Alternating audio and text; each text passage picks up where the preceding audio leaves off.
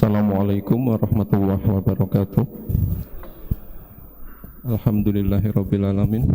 Alhamdulillahilladzi binikmatihi tatimus sholihat. Allahumma salli ala Muhammad wa ala ali Muhammad wa ala alihi wa sahbihi ajma'in. Amma ba'd. Bapak Ibu dan seluruh jemaah sholat subuh Masjid Al-Qomar,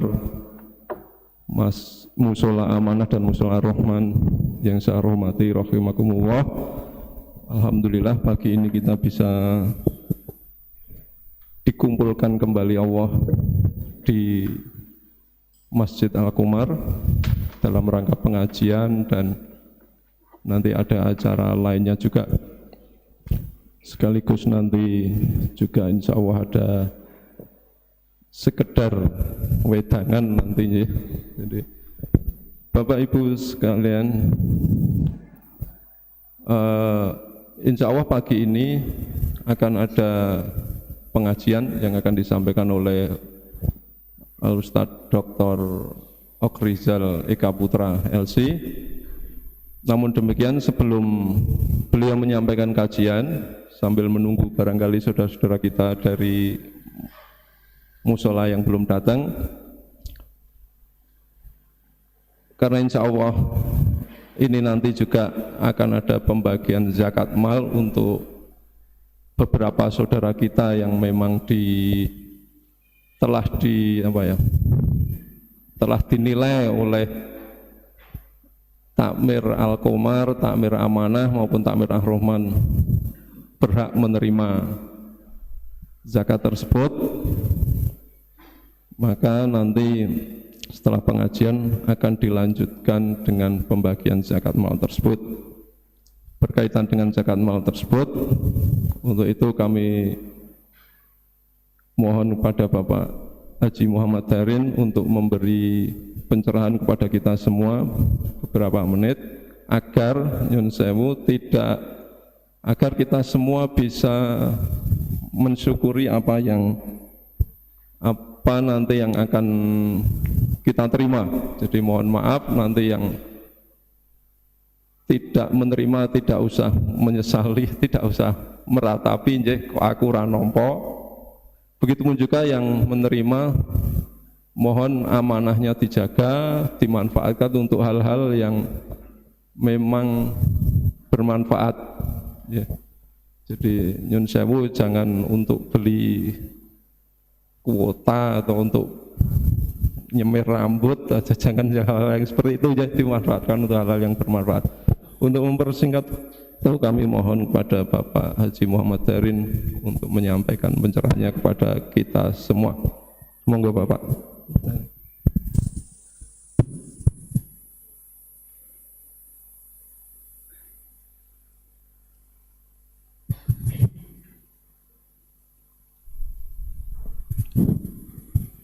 Bismillahirrahmanirrahim. Assalamualaikum warahmatullahi wabarakatuh. Alhamdulillahi rabbil alamin, wa bihi nasta'inu ala umuri dunya waddin. Asyhadu an la ilaha illallah wa asyhadu anna Muhammadar Rasulullah. Allahumma shalli ala Muhammad wa ala alihi wa ashabihi ajmain, amma ba'du. Ibu-ibu, bapak-bapak yang dimuliakan Allah Subhanahu wa Ta'ala, terkhusus para ustadz yang nanti mengisi pencerahan untuk kita semua. Yang pertama, kita wajib bersyukur pada Allah bahwa Allah masih memberikan kita nikmat umur panjang, kesehatan, dan kesempatan. Dan Allah melalui malaikat-malaikat yang ada di kanan kiri kita itu membimbing kita sampai masuk ke masjid. Boleh jadi ada bapak ibu yang lama tidak masuk Masjid Al-Qomar, nah sekarang masuk Masjid Al-Qomar lagi. Jadi ini rumah Allah, ini rumah Allah, tempat kita untuk memohon apa saja. Kalau perlu menangis, disinilah rumah Allah. Nah, siapa yang dekat kepada Allah, yaitu harusnya dekat kepada masjid Allah, rumah Allah ini. Dan pagi ini alhamdulillah banyak sekali. Jadi saya sudah berada di Al-Qomar ini sudah 43 tahun. Okay. Dari yang dulu begitu alhamdulillah, terus sekarang sudah dipilih lebih alhamdulillah lagi. Dan perkembangannya alhamdulillah bagus. Kemudian dulu kita hampir setiap tahun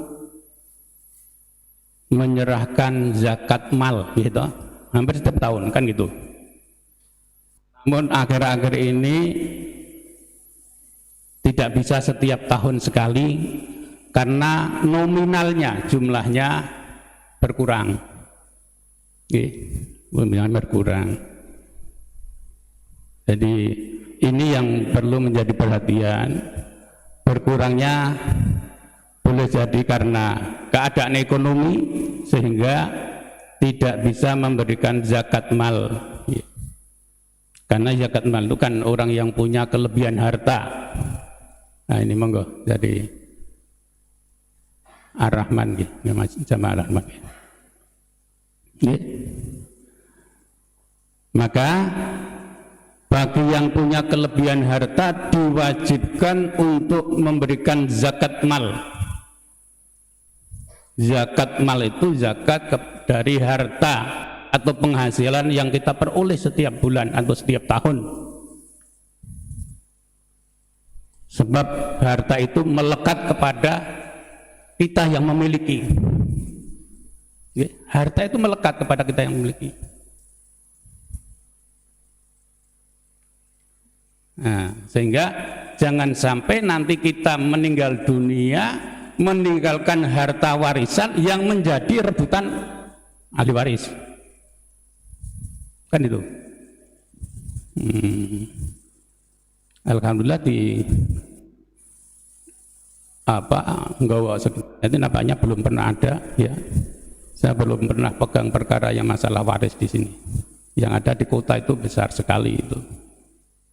Dan benar-benar itu pewarisnya yang meninggal itu nangis itu betul karena hartanya diperebutkan yang tidak jelas kan. Ini sekali lagi saya ketuk kepada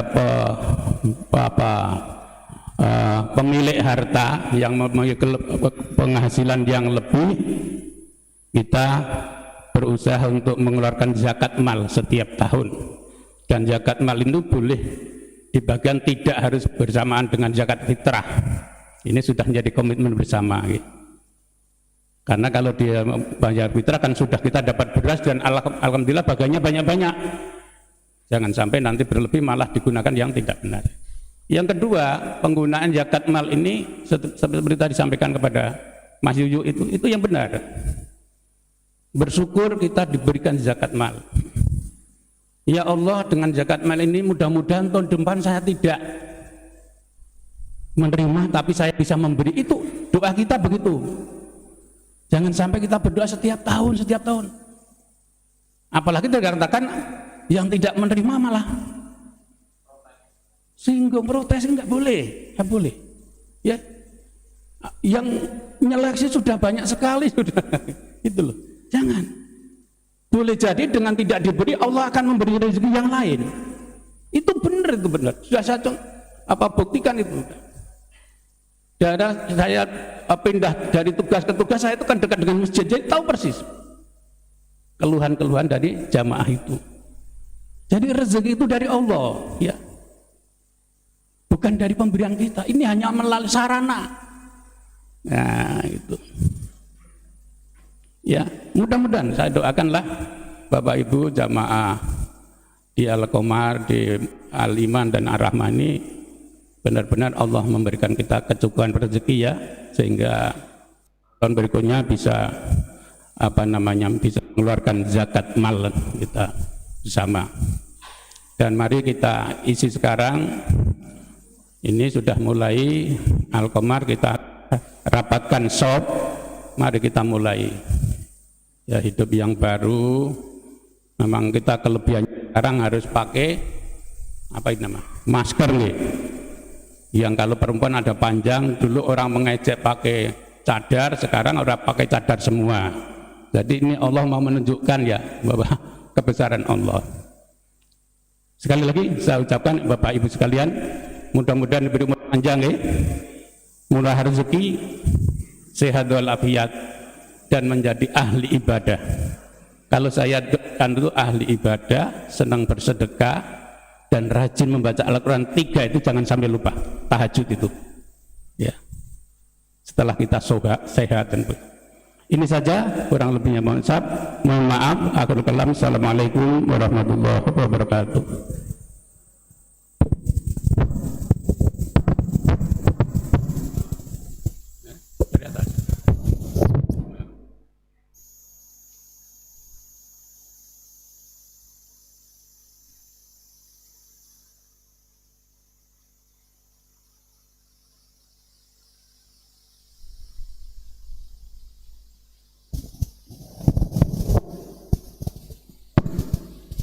Matur nuwun datang Bapak Haji Muhammad Darin selaku Ketua Takmir Al-Qomar yang juga sebagai bapaknya jamaah Masjid Al-Qomar, jamaah Mushola Amanah dan Mushola Ar-Rahman.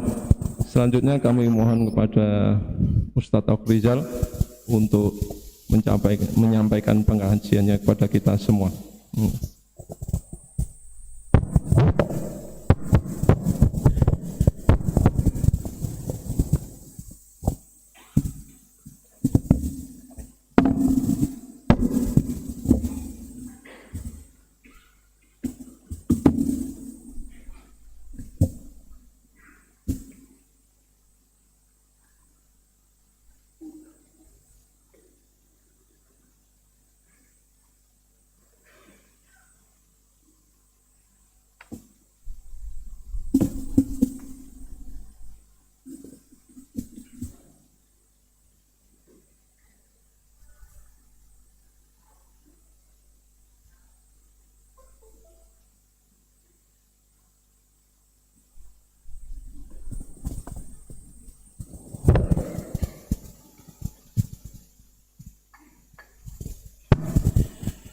Bismillahirrahmanirrahim. Assalamualaikum warahmatullahi wabarakatuh.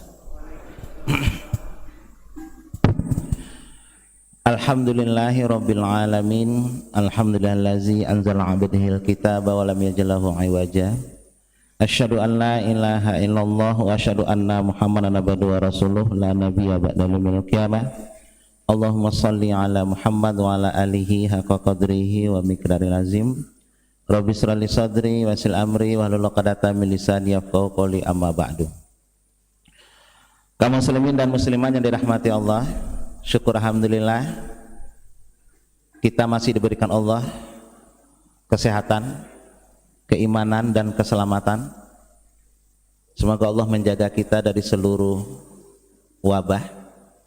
Sebab saudara kita di Lumajang juga sedang wabah, diuji dengan meletusnya gunung Semeru Pak ya, di Lumajang kemarin sore mendadak itu. Semoga mereka diberikan ketabahan dan kesabaran. Ya begitulah cara Allah berbagi rezeki ya.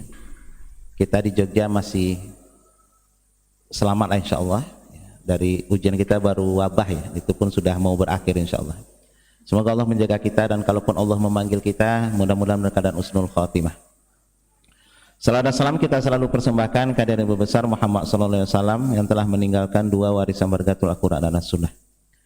Hari ini topik yang saya bawakan adalah sebenarnya tafsir surat Al-Kafirun dan surat Maryam ayat 23 sampai 25. Saya munculkan surat Maryam karena surat Al-Kafirun sudah hafal semua insya Allah, okay?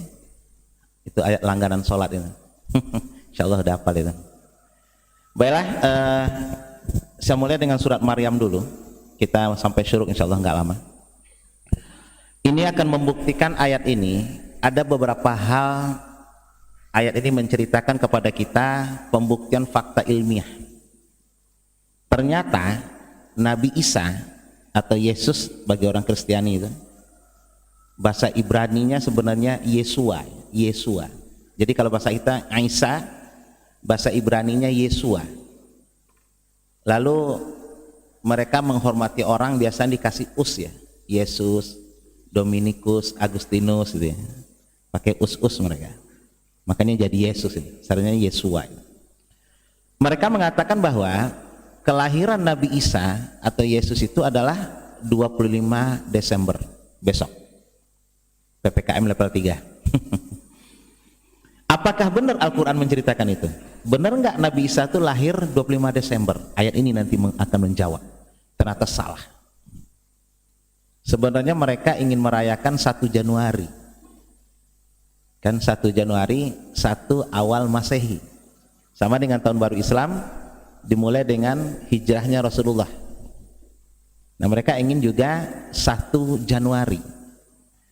Cuma dipakai oleh kaum pagan Yahudi. Pagan itu kaum dulu Yahudi yang membelot ya. Mereka menyembah matahari. Nama dewanya Janus. Makanya Januari itu namanya Janus itu. Janus, dewa Janus. Karena mereka menentang penyembahan matahari, Kristiani ini, mereka rela mundur 6 hari. Mundur 6 hari. Tanggal 25 Desember. Ternyata surat Maryam ayat 25 menjawab itu. Dan juga dalam perjanjian lama ya, mirip dengan Islam, kapan Nabi Isa lahir? Oke, kita ceritakan. Ayat pertama, Bismillahirrahmanirrahim. Fa'aja'ahal makhadu ila jisin nakhlah. Qalat ya laitani mitu qabla haza wa kuntu nasyan mansiya. Waktu Maryam berusia 13 tahun, 13 tahun Maryam berusia, Jibril meniupkan roh. Surat Maryam ayat 13 sampai ayat 19. Jibril meniupkan roh kepada Maryam. Jadi pilihlah Maryam untuk menjadi ibu seorang nabi. Ini pilihan Allah, bukan pilihan kita ya. Akhirnya Maryam hamil. Nah, kebetulan saat itu ada seorang pemuda yang suka Maryam. Sebab Maryam ini sebenarnya takmir. Dia adalah takmir Masjidil Aqsa. Karena Ali Imran ingin anak laki-laki, ternyata lahir perempuan. Karena sudah bernazar, kalau saya punya anak, saya jadikan dia takmir Masjidil Aqsa. Masjidil Aqsa dibangun 1000 tahun setelah Ka'bah didirikan oleh Nabi Ibrahim ya. Itu musola kecil dulu itu, cuma jadi masjid. Aqsa itu artinya jauh. Aqsa 1300 km dari Mekah. Rupanya ada seorang pemuda yang suka Maryam, namanya Yusuf An-Najran. Yusuf An-Najran dari kaum Najran. Najran itu nanti dari kelompok Nasrani ya. Karena Maryam hamil, dia dituduh berzina. Nah, ya. Apalagi melanggar PP 30 ya, tidak sesuai dengan keinginan korban. Sebenarnya Pak, saya mengomentari PP itu malah perasa atas persetujuan korban, itu malah berbahaya menurut saya bagi korban. Sebab pelaku bisa menggunakan pasal itu untuk melepaskan diri dari jeratan hukum. Saya berikan contoh. Ada kasus pelecehan seksual mahasiswa di Riau. Ya, mungkin sudah tahu ya.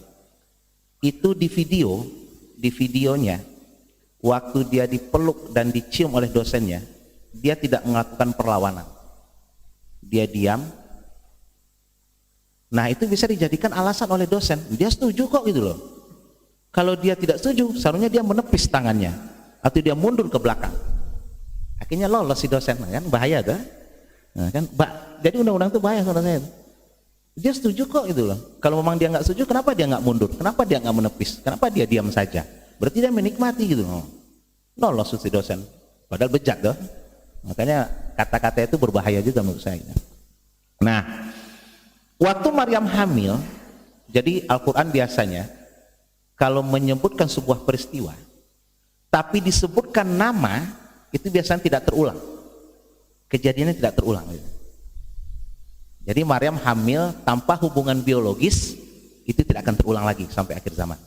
Jadi kalau ada orang perempuan nanti, kenapa hamil? Nggak tahu, hamil aja kayak Maryam, bohong, itu nggak ada. Salah makan lo kali aja.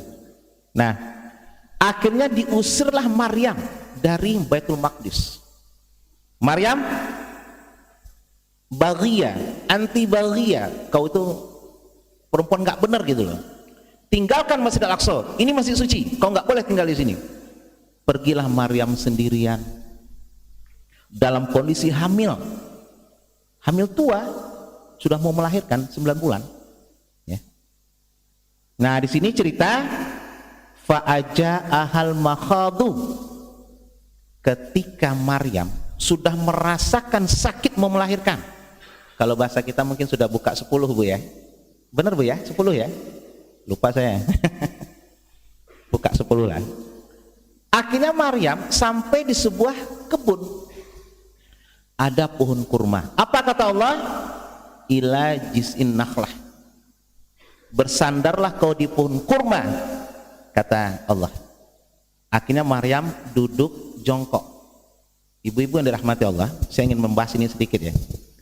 Posisi Maryam melahirkan itu adalah seperti orang BAB, jongkok bersandar di pohon kurma. Ini diteliti oleh seorang dokter dari Inggris. Ternyata posisi melahirkan bagi ibu-ibu yang paling bagus itu adalah posisi jongkok seperti BAB. Kenapa? Itu sesuai dengan gravitasi. Di Inggris, ya, saya pernah nanya, pernah ngisi pengajian di Sarjito, dokter-dokter Obgyn itu untuk hamil-hamil itu loh. Ada seorang dokter melahirkan 2 kali di Inggris loh. Di sana Kristennya Anglikan ya, bukan Katolik. Ternyata di rumah sakit di Inggris mereka menyediakan tempat melahirkan yang sambil jongkok dan berpegangan di atas. Jadi kalau melahirkan seperti itu, nun sewu ya, tidak perlu dirobek. Ini kata dokternya. Nah, inilah posisi melahirkan. Beda kalau perempuan melahirkan dengan cara tidur. Bapak ibu saja, nun sewu ya, kalau kita BAB posisi tidur enak nggak? Coba gini loh, nggak keluar. Sejak kapan posisi melahirkan dirubah menjadi tidur? Seharusnya sambil duduk seperti Maryam. Dan Inggris sudah mempraktekkan itu. Negara barat loh itu ya, sekuler loh itu. Tapi dia punya teknik melahirkan seperti itu. Disuruh nanti yang melahirkan, ibu mau pakai cara apa? Mau tidur, apuh. Atau mau duduk jongkok seperti BAB. Saya lupa nama dokter yang di Sarjito itu nggih. Dia cerita ke saya itu. Saya 2 kali melahirkan di Inggris Ustaz dengan cara seperti itu. Lancar Ustaz gitu. Karena seperti BAB gitu. Nah, Maryam ceritanya seperti ini, mirip ya. Bersandar Maryam di pohon kurma. Sakit nggak melahirkan? Sakit. Sampai Maryam berkata, ya laitani mitu qabla haza. Ya Allah, sakit banget melahirkan. Mendingan saya mati aja deh. Ayat ini juga menjelaskan kepada kita, boleh nggak kita minta mati kepada Allah? Udah sakit banget dah, udah miskin, kena corona, kena Semeru, rumah hanyut lagi kan susah banget dah. Ya Allah mati aja deh, susah itu. Boleh nggak? Kalau ayat ini menceritakan ya, Maryam pernah melakukan itu. Ya. Tapi ulama mengatakan karena ini syariah Nabi Isa ya, tentu tidak boleh. Tapi Al-Quran menceritakan gitu. Ya Allah mati aja deh, susah nih hidup gitu. Tapi nggak boleh bunuh diri ya. Cuma minta saja, kata ulama, silakan. Wa kuntu nasiyan mansiya, atau saya menjadi orang yang tidak dipilih Allah menjadi ibu Nabi dan Rasul. Itu kata Maryam. Selanjutnya, fanadaha min tahtiha, setelah Nabi Isa lahir, Maryam kebingungan, sendirian di padang pasir, nggak ada orang, nggak ada klinik, nggak ada rumah sakit, sendirian Maryam. Bingung Maryam. Tadi mau meninggal nggak jadi. Ada suara dari bawah. Ulama tafsir menjelaskan ini suara Jibril dan suara Nabi Isa. Antara dua itu deh, tidak dijelaskan mana yang benar ya. Apa kata suara itu? Alla tahzani, wahai Maryam, jangan sedih, jangan galau. Qad ja'ala rabbuki tahtaki sariya, Allah sudah menjadikan di bawah telapak kakimu sariya, sungai kecil. Silakan kau bersih di situ, silakan kau mandi di situ. Ya, Nabi Isa dalam riwayat begitu lahir sudah terputus ininya ya, urat uterusnya itu, ususnya udah terputus. Sama dengan kelahiran Rasulullah, bersih. Para nabi memang pilihannya dari muda itu adalah pilihan itu. Ayat 25, ayat terakhir ya, ini yang menunjukkan bahwa Nabi Isa lahirnya bukan Desember, bukan musim dingin. Allah berfirman, wa huzzi ilaiki bijisin nakhlah tusaqit alaiki rutuban janiyah. Ini ayat kandungannya banyak banget ya. Pertama, wahai Maryam, goyanglah pohon korma itu. Ya, goyang pohon kurma supaya buahnya berjatuhan. Nah, menurut ahli, pohon kurma berbuah itu musim panas, bukan musim dingin. Berarti menurut Al-Quran, Nabi Isa lahir musim panas, bukan musim dingin. Kapan musim panas? Antara bulan 5 sampai bulan 9. Itu musim panas di Timur Tengah dan seluruh dunia ya. Kita bersyukur hidup di Indonesia ya, nggak punya musim dingin itu loh ya, ribet loh Bu. Saya aja sampai sekarang kaki saya sakit nih gara-gara musim dingin kelamaan. Enak hidup di Indonesia, musim kita cuma 2, musim panas dan panas sekali. Kalau mau hujan tuh panas sekali. Nah, jadi menurut Al-Quran, Nabi Isa lahir bukan musim dingin. Musim dingin itu mulai dari September. Biasanya kalau Timur Tengah tuh hujan dulu tuh, ada hujan kecil. Itu menandakan masuknya musim dingin. Soalnya itu musim dingin aja nanti. Nah, kita kuliah cuma musim dingin. Di negara-negara musim panas dingin, musim panas itu libur. Karena nggak mungkin orang panas sekolah meledak nota ya. Nah, Indonesia selalu belajar tiap tahun. Tapi nggak pinter-pinter juga ya. Faktor lain itu. Faktor silabus dan kurikulum. Nggak usah kita bahas. Sekarang kita lihat perjanjian lama, bukan perjanjian baru ya, yang diubah oleh Paulus. Dalam perjanjian lama disebutkan cerita waktu Maryam hamil. Jadi begini Bu ya, Kristen itu sebenarnya ada yang ortodok. Saya pernah lihat Injilnya dulu, teman saya kuliah orang Mesir itu, saya pinjam. Ya bahasa Arab. Jadi Mesir itu sebenarnya Kristennya ortodok. Kiptiyah, suku Kiptiyah ya. Rasulullah pernah punya istri Maria Kiptiyah. Kipti itu adalah Koptik, Kristen Koptik ortodok. Mereka tidak Protestan, tidak Katolik. Bahkan mereka punya paus sendiri. Dulu namanya Baba Shenouda waktu saya kuliah dulu, Baba Shenouda. Nah, itu Injilnya saya bahasa Arab. Baca, kalau baca-baca tuh kayak baca Quran ya. Karena Injil itu. Diceritakan di situ bahwa sewaktu Maryam hamil, sama ceritanya. Maryam diusir dari Palestina, dari Baitul Maqdis. Kira-kira dengan jarak coba ya 20 km kira-kira gitu ceritanya. Maryam malam hari ceritanya ya, malam hari. Maryam itu melahirkan malam hari menurut Katolik. Bertemulah Maryam dengan pengembala kambing di malam hari. Jadi ada orang Arab dulu kalau mengembala kambing itu mencari rumput sampai mereka bermalam di padang pasir itu untuk memberi makan kambingnya. Ketemulah Maryam. Rupanya ada yang kasihan sama Maryam. Udah perempuan, hamil, sendirian, masih muda lagi. Kasihan, dibawalah pulang. Rupanya dia orang miskin, rumahnya menyatu dengan kandang kambing. Makanya versi Katolik Nabi Isa lahir di kandang kambing. Kalau kita di bawah pohon kurma, beda sedikit. Atau di sebelah kandang kambing ada pohon kurma, nggak tahu juga saya itu. nggak diceritakan soalnya. Pertanyaannya, Maryam bertemu dengan pengembala kambing di malam hari. Pertanyaannya, musim dingin musim panas?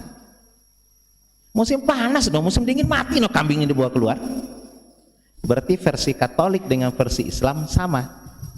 Nabi Isa lahirnya musim panas, bukan musim dingin. Kok mereka ngotot Desember? Wallahualam, saya nggak tahu. Ini ada hubungan juga dengan bisnis kali ya, biar akhir tahun pariwisatanya naik. Bisa jadi tuh. Ini corona ini kan ada itunya juga kayak kadang. Corona ini kadang-kadang ada hubungannya dengan PCR juga, biar PCR-nya laku ya. Bisa jadi loh ya. Tapi kita nggak usah bahas itu. Nah, berarti menurut Al-Quran dan Perjanjian Lama Taurat yang dirubah juga sih sebenarnya, bukan Desember lahirnya, bukan musim dingin, apalagi 25 Desember gitu ya. Kenapa nggak 1 Januari saja itu? Karena dipakai oleh kaum pagan. Mana kedua, Maryam lahir versi Al-Quran ya, disuruh menggoyang pohon kurma. Pertanyaannya, perempuan habis melahirkan lemas apa enggak? Lemas ya. Kenapa disuruh menggoyang pohon kurma? Pohon kurma kecil apa besar? Besar. Maryam bisa saja minta sama Allah, ya Allah, saya melahirkan Nabi Isa, ditiupkan roh sama Jibril, saya lemas habis melahirkan, kasih kok makanan dari surga, rendang Padang, soto kudus, apa kayak gitu loh. Kenapa sih harus menggoyang pohon kurma? Ya kalau jatuh, kalau enggak kelaparan saya. Apa maknanya di sini? Ibu-ibu para nabi mengajarkan kepada kita, hidup itu adalah perjuangan, nggak boleh nyantai. Hidup itu adalah semangat, perjuangan. Walaupun corona tetap semangat. Lihat ibu Nabi Ismail, ya, Safa Marwa mencari air, 700 meter bu, yang pernah ke sana ya. Perempuan, walaupun Nabi Ismail usianya sudah 2 bulan pada saat itu, jadi lahir di Palestina, dibawa ke Mekah. Ya. Nanti Nabi Ismail menjadi keturunan Bani Makhzum. Bani Makhzum itu nanti adalah neneknya Rasulullah. Makanya saya sering bikin teka-teki sama mahasiswa. Tahu nggak kalian siapa nama kakek Rasulullah? Abdul Muthalib. Tahu itu. Siapa nama nenek Rasulullah? Diam semua. Jadi nenek itu kurang terkenal ya. Padahal nama nenek Rasulullah itu adalah Fatimah binti Amr al-Makhzum, dari Bani Makhzum. Jadi Rasulullah bersaudara dengan Abu Jahal karena sama-sama dari Bani Makhzum. Walid bin Mughirah, Khalid bin Walid, semuanya dari Bani Makhzum. Dan itu adalah keturunan dari Bani Jurhum, istrinya Nabi Ismail. Lari Safa Marwa, lari sini, balik lagi Siti Hajar, balik lagi, balik lagi, balik lagi, balik lagi. Allah uji seperti itu, sampai Allah berikan nanti nikmat yang luar biasa, Zam-Zam. Sampai hari ini Zam-Zam nggak kering-kering bu ya. Pernah diteliti oleh orang Prancis, Zam-Zam tuh ketinggiannya kira-kira 6-7 meter. Disedot per hari sama Mekah, dibawa ke Madinah, Zam-Zam itu sampai kering. Cuma keajaiban Zam-Zam, dia begitu sampai dasar, set, dalam waktu 11 detik dia penuh lagi. Itu udah diteliti, tapi nggak ketemu jawabannya sama orang Prancis.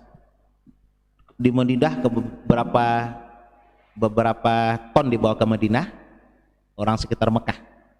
Begitu Zam-Zam disedot sampai habis, cukup 11 detik dia penuh lagi, zzz, naik atas lagi.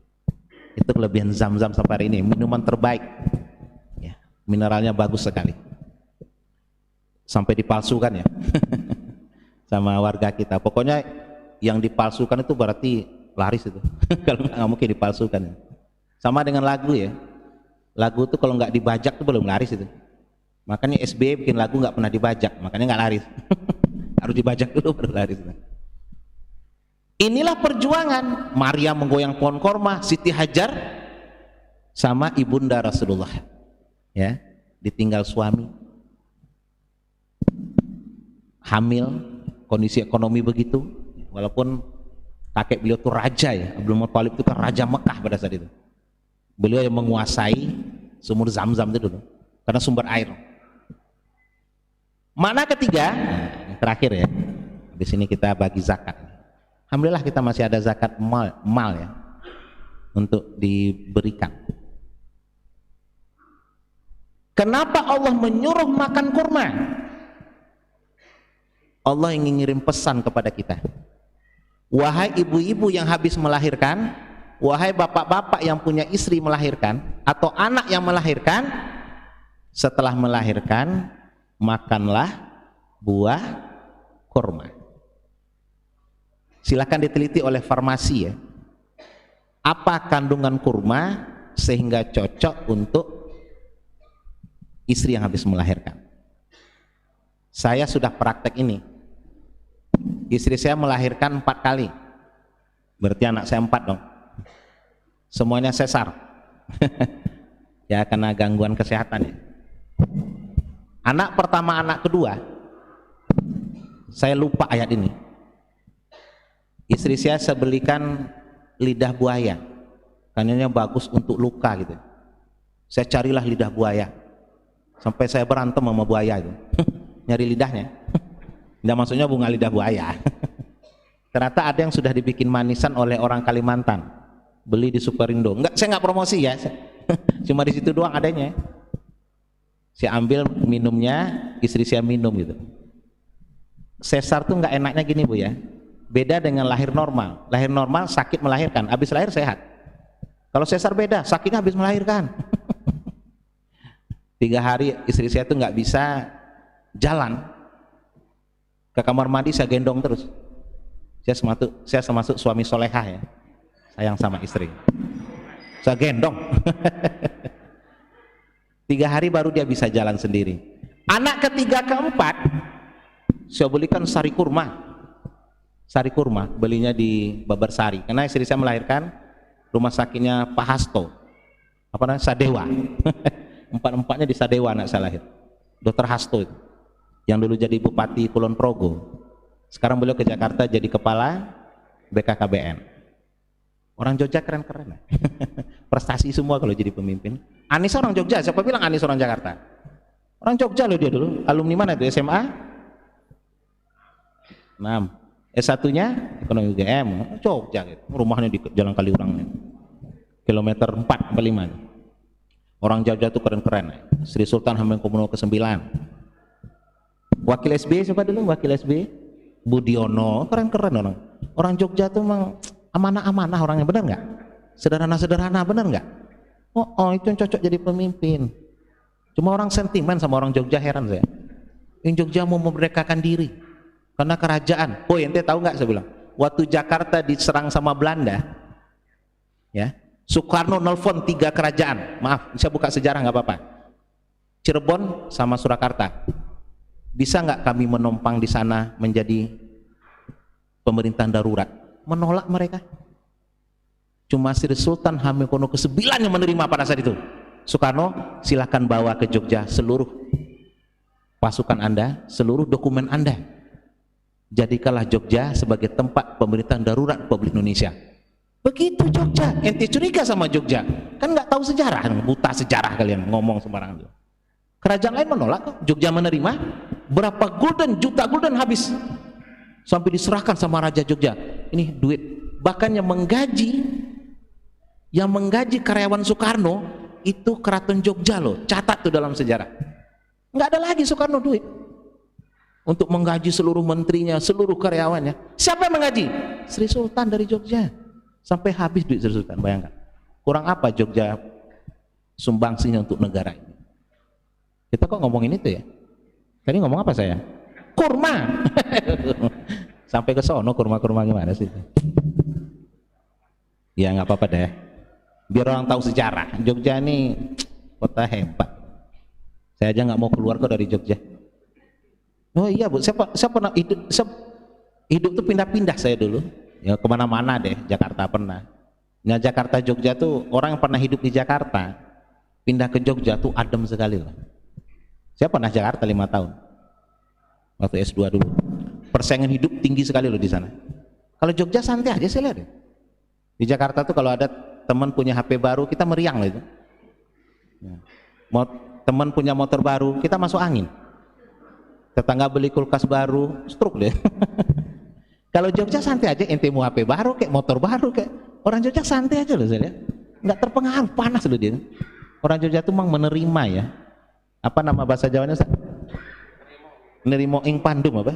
Nah, ya itu. Kira-kira gitu bahasanya. Oke, kembali ke kajian kita terakhir. Satu ayat ini memberikan kita 3 ilmu.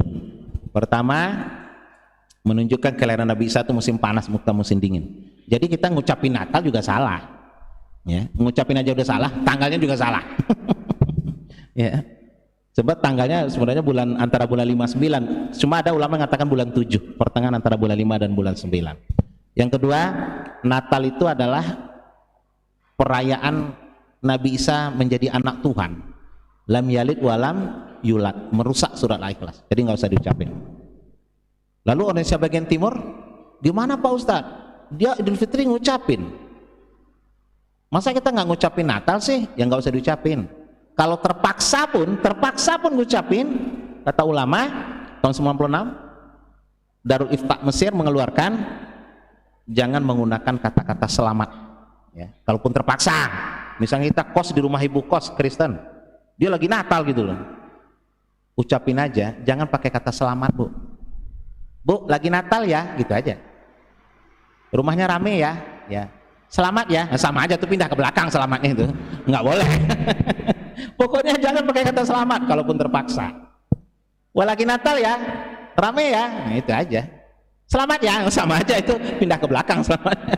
Pokoknya hindari kata-kata itu, sebab itu sudah merusak akidah, bahkan berat ya.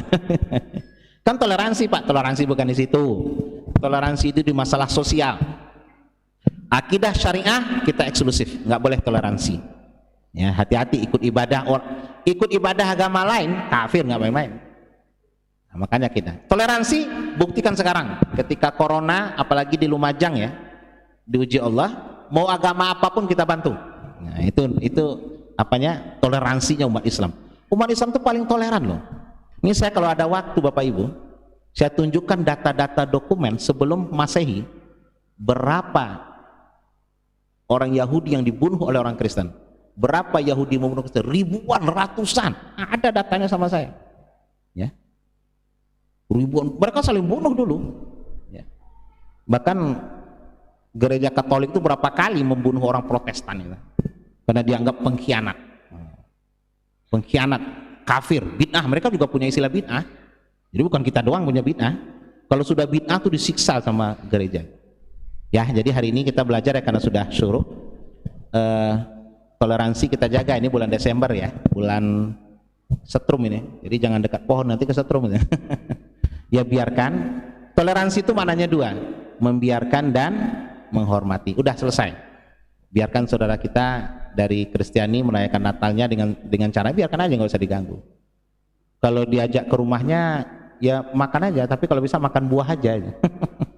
Kalau ayam nggak usah deh, takut apanya gitu, ada begitunya. Itulah toleransi dalam Islam ya. Jadi di sini kita belajar bahwa Al-Quran sudah membuktikan dalam kita bahwa kitab suci yang paling unggul itu adalah Al-Quran.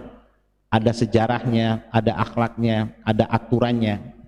Bahkan orang Inggris juga pernah masuk Islam gara-gara harta waris. Tadi kan cerita waris tuh. Bapak Ibu cek dalam Al-Quran, ayat waris itu cuma 2 ayat. An-Nisa ayat 11, ayat 12. An-Nisa ayat 11, ayat 12. Berarti cuma 2 ayat ya. Itu bisa mengcover seluruh persoalan waris.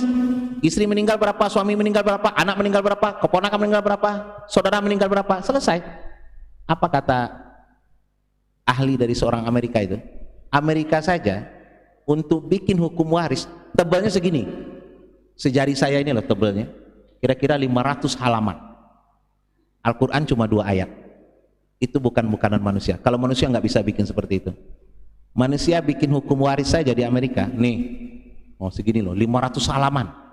Al-Quran cuma 2 ayat, ayat 11 sampai ayat 12, baca dalam Al-Quran. Itu hukum waris. Sederhana sekali ayatnya, tapi mencakup seluruh waris ya, hutang berapa, wasiat berapa, lengkap semuanya. Ini bukan bikinan manusia. Kalau manusia nggak mungkin bisa sedetail ini. Nah, itulah kelebihan Al-Quran. Makanya bersyukur kita menjadi muslim, jaga akidah kita, jaga iman kita sampai akhir zaman, nggih. Dan berdoa kepada Allah semoga Allah menutup hidup kita dengan husnul khotimah. Tetap jaga protokol kesehatan, jangan tinggalkan masjid, benar kata Pak Tamir tadi. Tetap ke masjid walaupun nanti Omikron, apa terakhir Omikron ya? Nah, itulah pokoknya. Virus ini nggak bisa habis, Pak, percaya dengan saya. Ini perang. Oh no, saya bahas ini lagi deh. Ini perang dunia sebenarnya. Dulu pakai senjata, sekarang pakai ini. Ya, tetaplah ke masjid.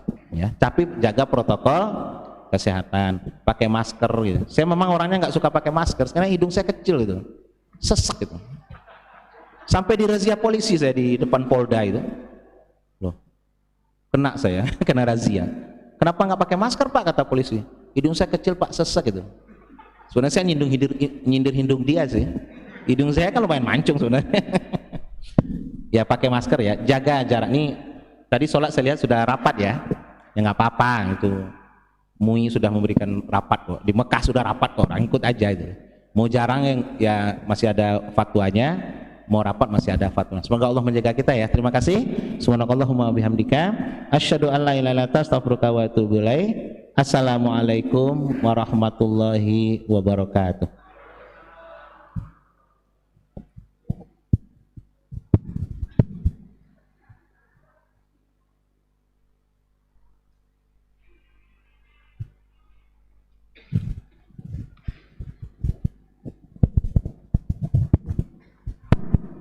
Terima kasih pada Ustadz Okrizal Eka Putra yang sudah memberi pencerahan pada kita semua. Selanjutnya Bapak Ibu, nyuwun ngapunten tadi unjukannya tidak dikeluarkan sengaja karena biasanya kalau berapat-rapat gini ada unjukan siji loro telu 5 ada yang ketendang gitu, jadi makanya tidak diisukan sini. Selanjutnya di luar sudah ada unjukan sama Burjo, jadi yang mendapat undangan untuk menerima zakat mal mohon tetap di ruangan ini, yang tidak dapat undangan itu silakan unjuk dan Burjo di luar, atau barangkali punya acara lain monggo di Asto Kuntur, jangan tidak bawa nggih karena sudah disiapkan nanti mubadir nggih. Monggo di Asto, monggo Bapak Ibu yang untuk Ibu yang di selatan, untuk Bapak-bapak yang di barat, monggo. Yang ingin menikmati di masjid silahkan menikmati di area parkir, monggo. Nggih. Nggih. Nggih, sudah ada undangannya kok.